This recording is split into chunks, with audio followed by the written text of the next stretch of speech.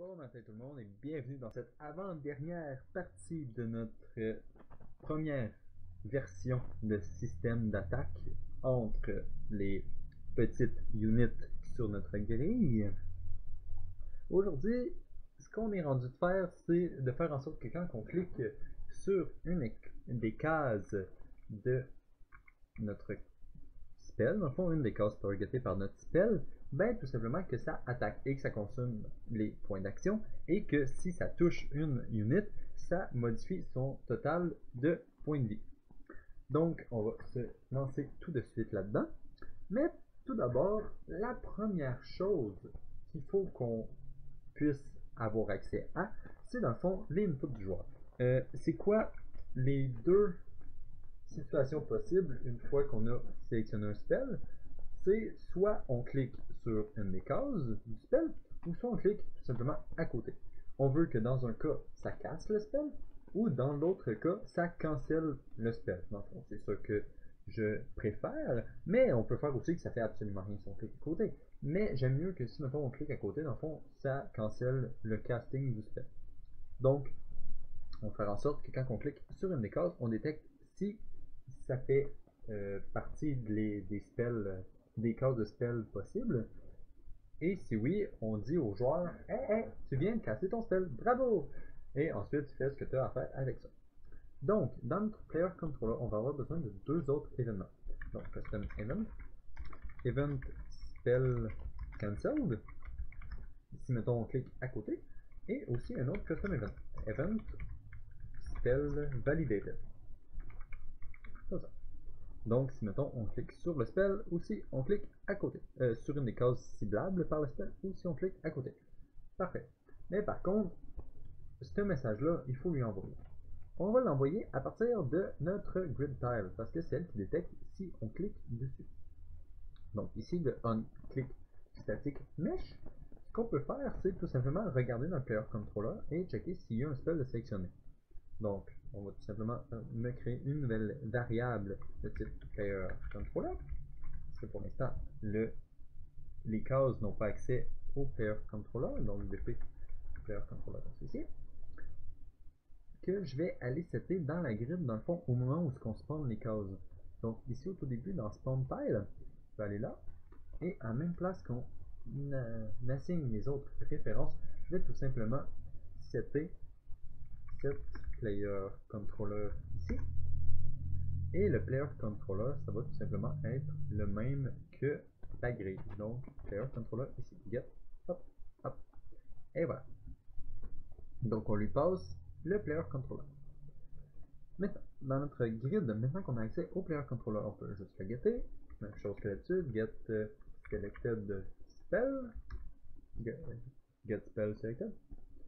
Même chose, on peut regarder si c'est égal à -1, parce qu'on ne veut pas lui canceller son spell si jamais il n'y a pas de spell sélectionné.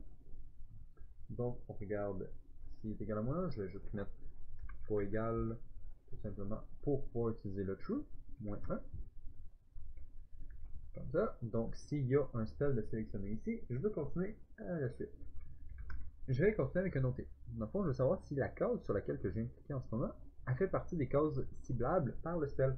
C'est une des rares fois qu'on utilise la couleur comme indicateur, mais ça fonctionne.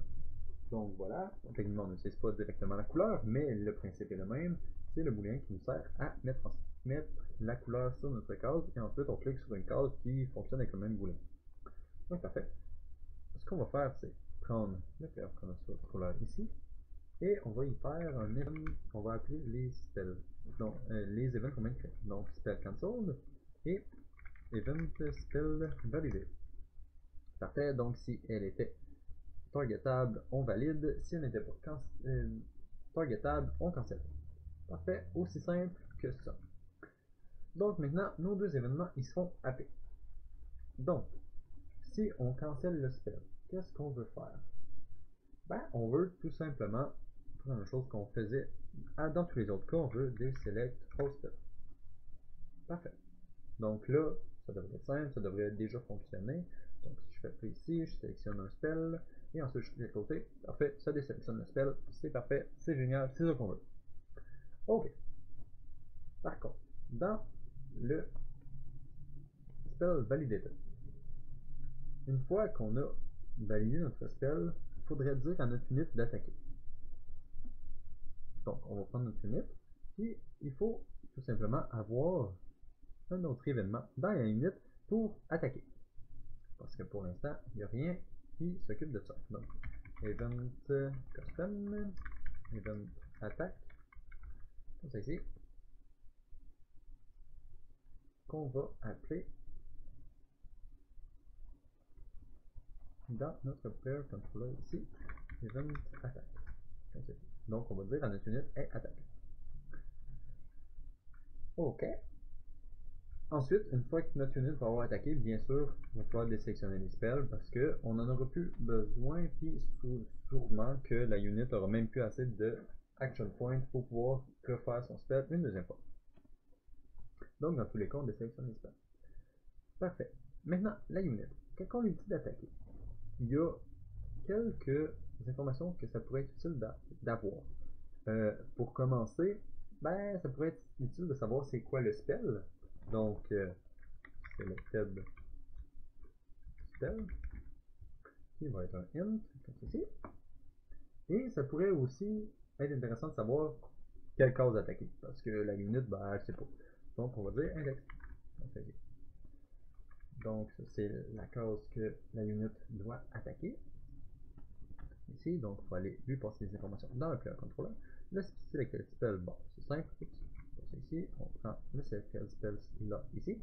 Mais l'index, on n'y a pas accès. Donc, on va tout simplement demander à la case, quand elle nous appelle, quand on clique sur la case appelle spell validated, on va aussi lui dire, hey, dis-nous donc t'es qui par hasard en même temps. Ça pourrait être utile. Donc, on va getter son grid index et on va le passer. Oh, parfait. Aussi simple que ça fonctionne pas. Pourquoi? Parce que mon player controller n'a pas été compilé avant. Donc, maintenant, ça fonctionne. Ok, parfait. Ok, donc. Event attack. C'est là que le fun commence. Dans notre unit.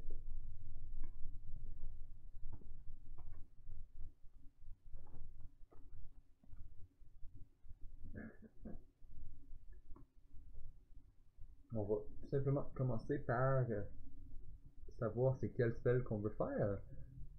Donc, on va faire un get data table row names pour la data table de notre spell. On va faire un get ici comme ça, qu'on va utiliser l'index qu'on vient de se passer et qu'on va faire un get row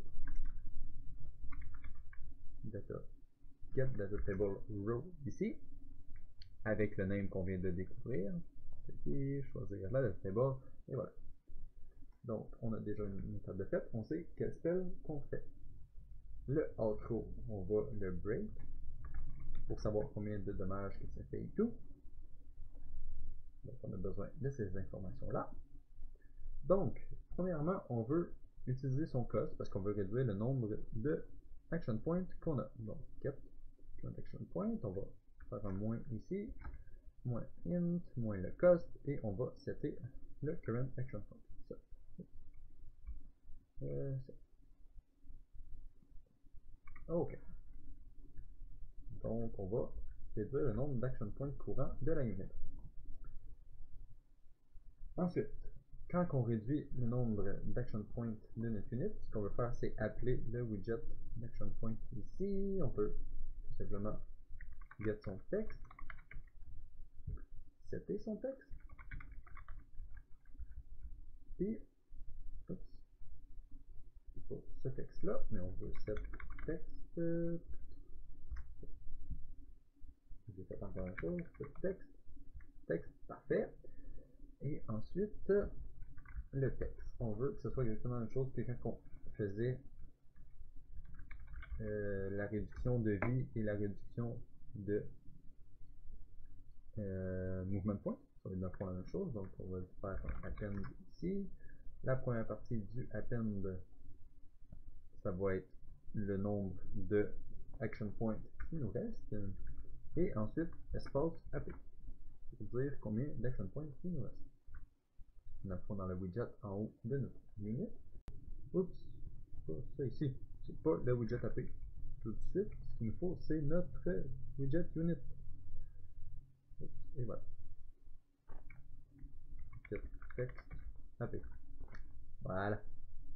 Ça va être beaucoup mieux comme ça. Oh. Donc, ouais, c'est ça. On set notre nombre de action points qui nous reste. Et ensuite, on va aussi faire en sorte que l'autre texte il bouge et que ça nous indique combien qu'on vient d'utiliser.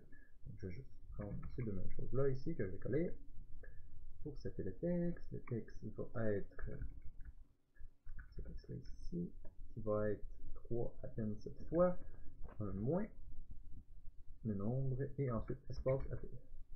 Ici le nombre va être le cost du spell qu'on vient d'utiliser. Parfait, donc on va setter notre texte aussi. Maintenant, il faut juste lui dire de bouger et setter sa position. Je vais tout simplement aller copier le... Ah, c'est dans la node ici, coupé.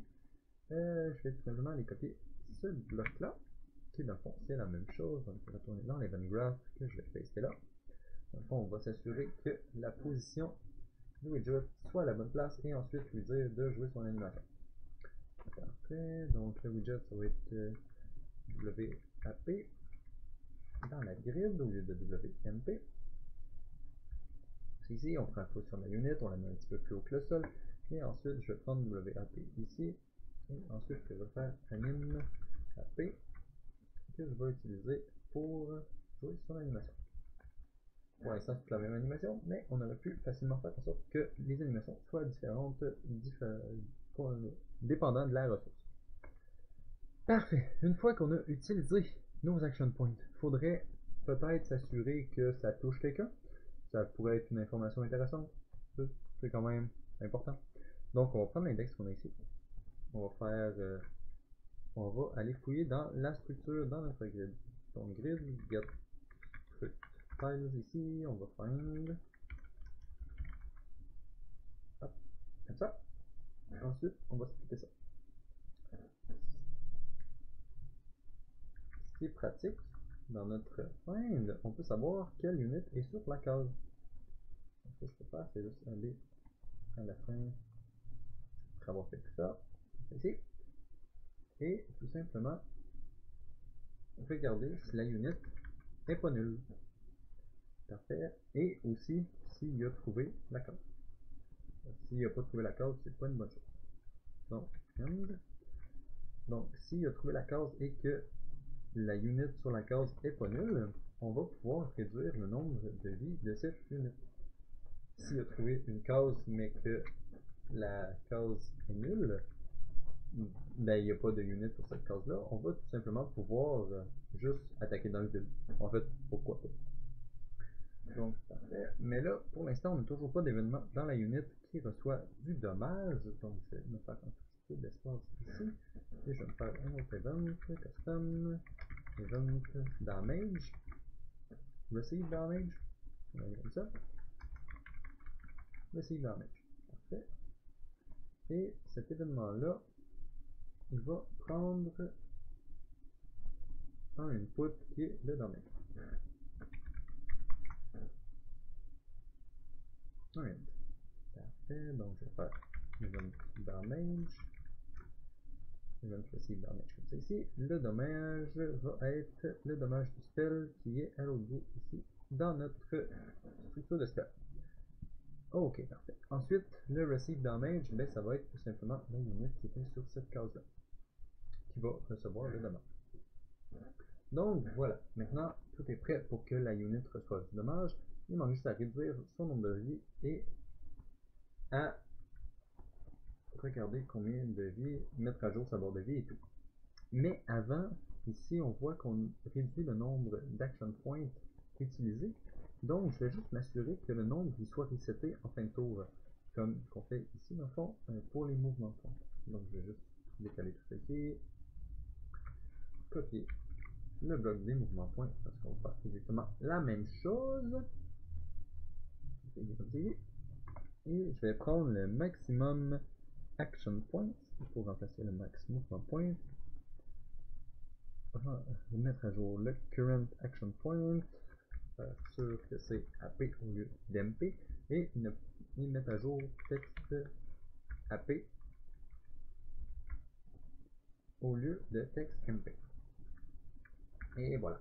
Donc maintenant on vient de resetter le nombre d'action points de ta unit. Ok.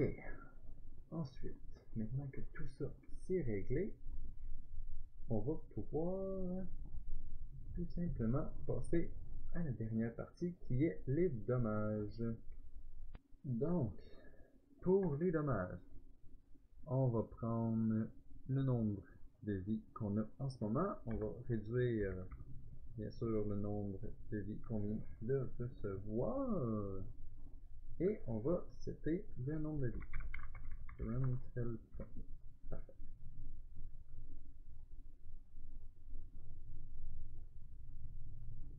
Ok.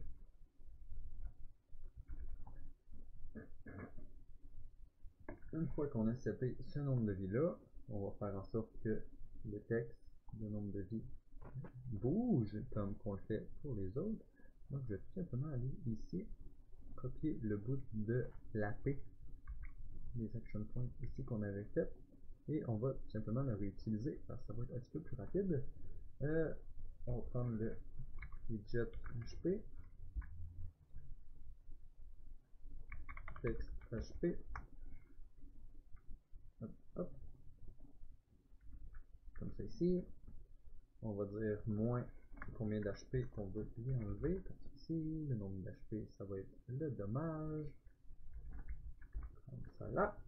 Maintenant, il faut lui dire la position et l'animation. Il faudrait vraiment se faire une fonction qui s'occupe de tout ça pour nous à chaque fois, parce que là, ça commence à faire beaucoup de code copier-coller et c'est pas agréable. Donc, parfait, grid jet HP,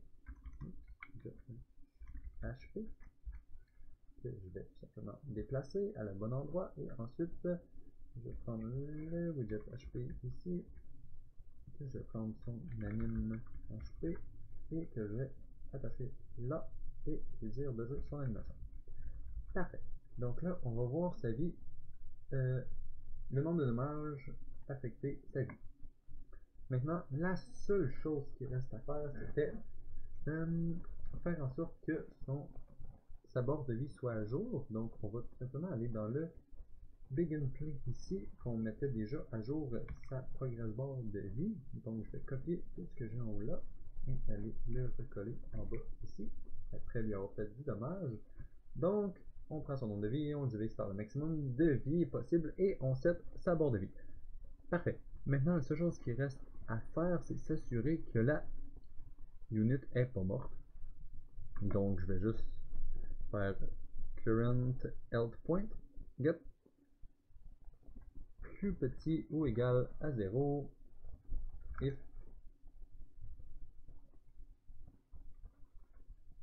hop hop comme ceci, et je vais juste faire print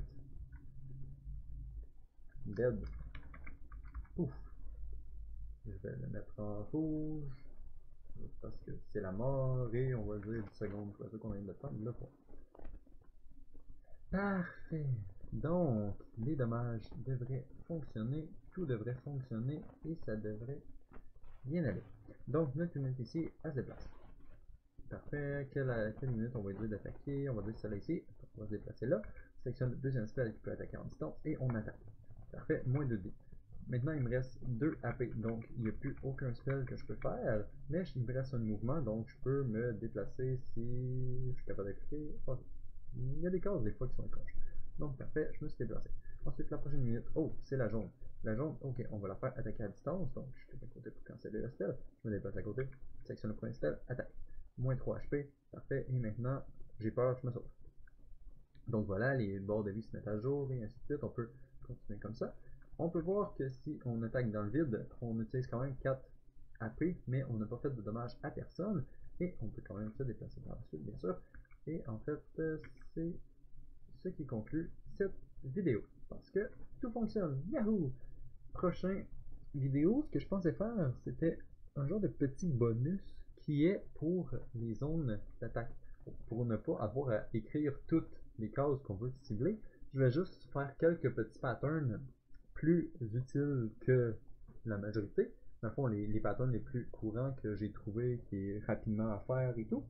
Donc, je vais juste faire des fonctions qui génèrent ces patterns-là basées sur une range qu'on peut lui passer, la range qu'on peut écrire dans le spell, au lieu de lui passer un array de vecteurs 2D.